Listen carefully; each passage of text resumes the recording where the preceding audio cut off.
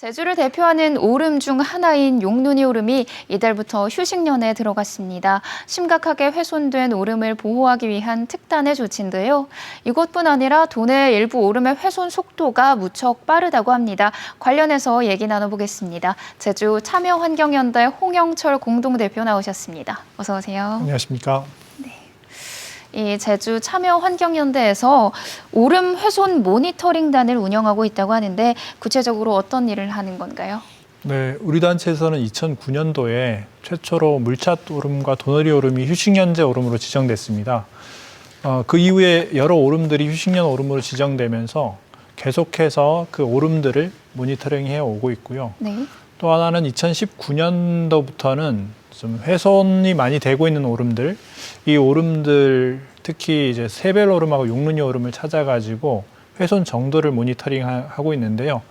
각각 오름들에 가서는 그 훼손된 오름은 어느 정도 이제 복원이 되고 있는지, 훼손 위기에 있는 이런 오름들은 탐방객 수는 어느 정도인지, 또 네.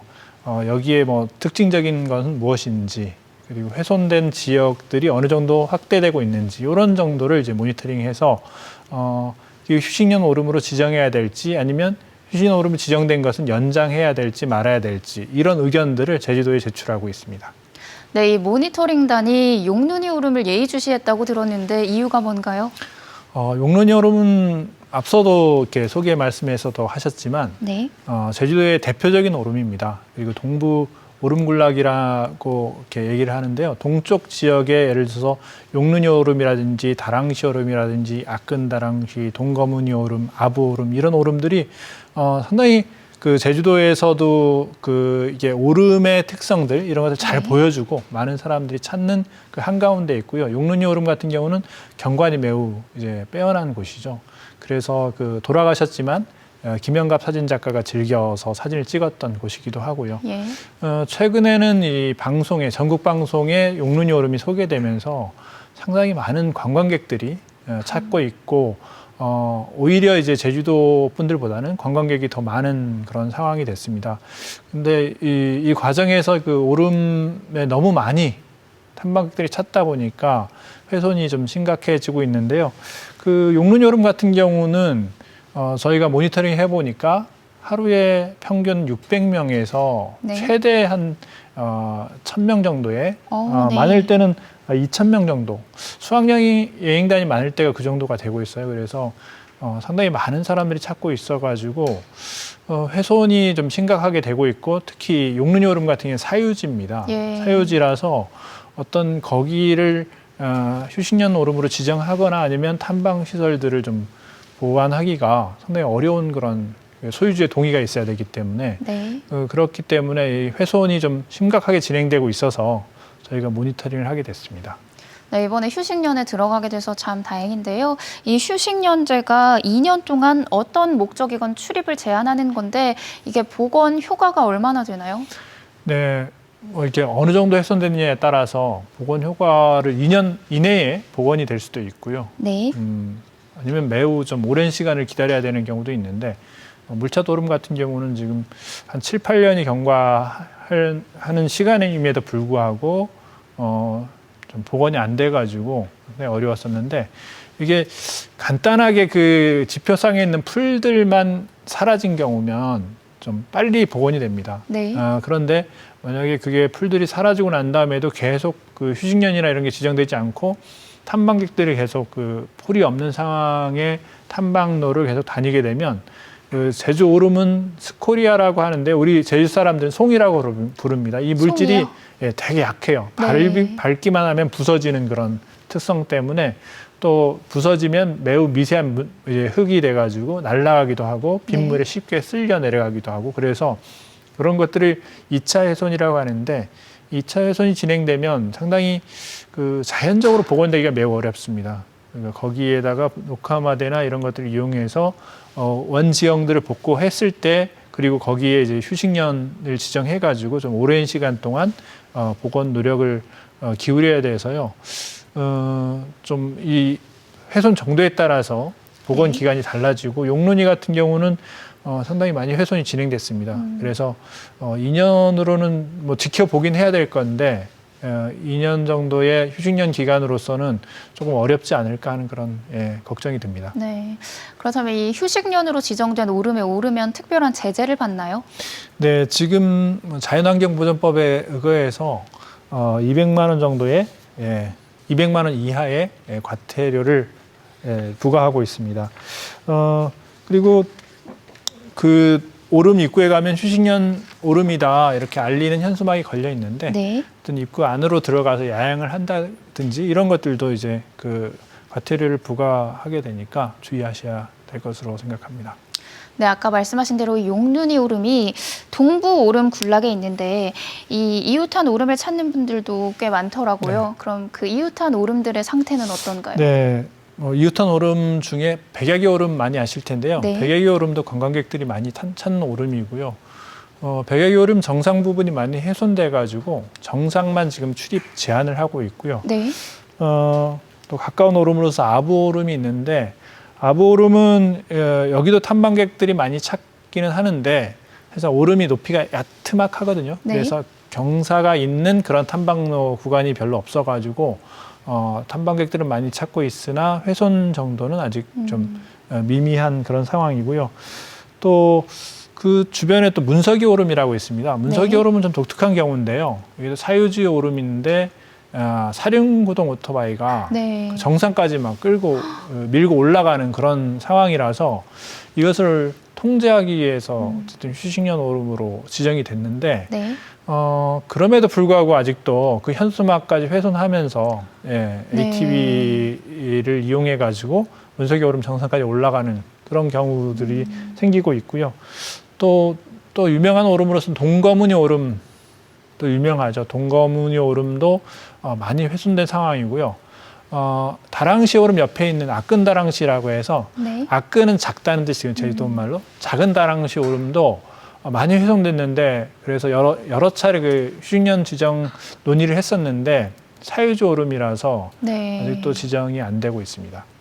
그러면 지금 이 이웃 오름들도 다 휴식년 지정이 필요한 상태로 그만큼 훼손이 많이 된 건가요? 그렇죠. 문석이 오름은 앞서 말씀드린 것처럼 휴식년 오름으로 지정이 됐고요. 네. 백야기 오름 같은 경우는 정상 부분만 제한적으로 지금 하고 있는데 사실 여기도 너무 많이 찾고 있어가지고 전체를 다 통제하기가 어려워서 정상 부분만 된 거지만 전체적으로 훼손들이 좀 진행되어 있는 그런 상황이고 네. 그 아부 오름 같은 경우는 뭐 앞서 말씀드린 것처럼 심각한 상황은 아닌데 너무 많이 갈 경우 단순히 탐방로 훼손만 문제가 아니고 네. 그 오름에 서식하고 있는 새들이라든지 동물들이 너무 많이 가게 되면 네. 이 서식에 지장을 받습니다. 간섭이 일어나죠. 그래서 적절한 탐방 제한 조치가 필요하다고 이렇게 생각하고 있습니다. 네, 아까 말씀하신 대로 문석이 오름의 경우에는 사륜 오토바이를 타고 현수막을 뚫고까지 네. 그렇게 들어간다고 했는데 과태료가 부과된다고 했는데 관리자가 따로 없는 건가요? 네, 뭐 오름마다 관리자가 있으면 좋겠는데 현실적으로 이제 예산 문제라든지 이런 것 때문에 어떤 근거도 또 없고 인원 배치를 할 근거도 없고 해서 관리인이 없는 상황입니다. 다만 이제 공무원들이 그런 상황을 목격했을 때는 현장에서 과태료를 부과할 수 있는 그런 권한이 있습니다.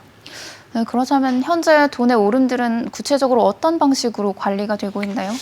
그 현재로서는 체계적인 좀 관리 방안이 없는 상황이고요. 네. 제주도는 올해 그 오름 보전 기본 계획을 세워가지고 그에 따르는 이제 종합적인 그런 보전 관리 방안을 마련한다는 것인데요.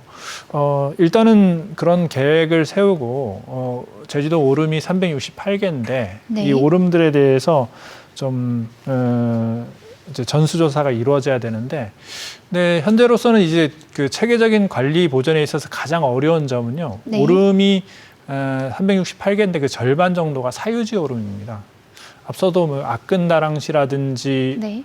이런 곳 용눈이도 사유지 오름이었고요. 그런 데는 소유주의 동의가 이루어져야 여러 뭐 제한 조치라든지 탐방시설 보완이라든지 이런 게 가능하기 때문에 이런 곳들이 이제 오름이 체계적인 보전에 있어서 가장 어려운 점으로 그렇게 이해되고 있습니다.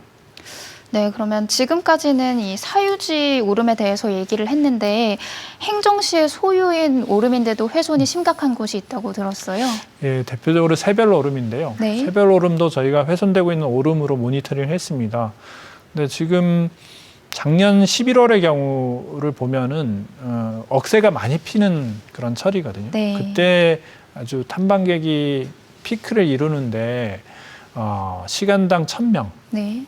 하루로 치면 10,000명 정도가 탐방을 합니다. 그래서 새별 오름 같은 경우는 3월에 탐방 매트라고 해서 야자수 그 껍질로 만든 그 매트가 있거든요. 네. 그 매트를 3월에 시설을 했는데 11월에 이미 마모가 돼가지고 예, 다시 시설해야 되는 그런 상황이 나타날 정도로 매우 탐방객이 집중된 그런 오름이거든요. 네. 그래서 이런데 이제 관리가 필요한데 특히 이제 새별 오름 같은 경우는 또 행정시가 관리를 하면서도 거기 이제 들불 축제나 이런 것들을 위해서 막 시설들을 너무 많이 해놓고 있어요. 이런 것들도 새별 오름의 좀 문제다. 그리고 행정시는 이렇게 많은 탐방객들이 오고 시설들도 많이 해놨는데 또 여기를 휴식 연휴로 지정하기는 어렵다. 그런 입장들을 표명하고 있습니다. 네, 말씀하신 대로 이 새별 오름이 들불 축제 장소이기도 하고 또 접근이 쉬운 곳에 위치해 있는데 휴식년 도입에 대해서 어떻게 전망을 하시나요? 어쨌든 휴식연제 도입에 대해서 행정시는 좀 난색을 표하고 있는데요. 네. 뭐 1차적으로는 새별 오름에 탐방 시설이 그나마 이제 돼 있고 그런데 만약에 이렇게 많이 찾는 새별 오름을 탐방을 제한할 경우 다른 오름으로 이웃 오름으로 그런 탐방객들이 좀 쏠리면서 이웃 오름의 훼손도 이렇게 나타날 수 있다. 그런 입장이어서 어쨌든 새별 오름에 대한 그 휴식연제 지정은 어려울 것으로 보이고요. 그렇지만 이제 11월 같은 경우는 억새가 많이 피는 계절은 탐방객이 매우 집중되는 계절이거든요. 이때만이라도 탐방객 수를 적절하게 제한하는 그런 조치는 있어야 될 걸로 생각합니다. 네, 아무쪼록 이 통합관리 시스템이 마련이 돼서 이 제주의 소중한 자원이 잘 보존이 됐으면 좋겠습니다. 오늘 말씀 여기까지 듣겠습니다. 고맙습니다. 고맙습니다.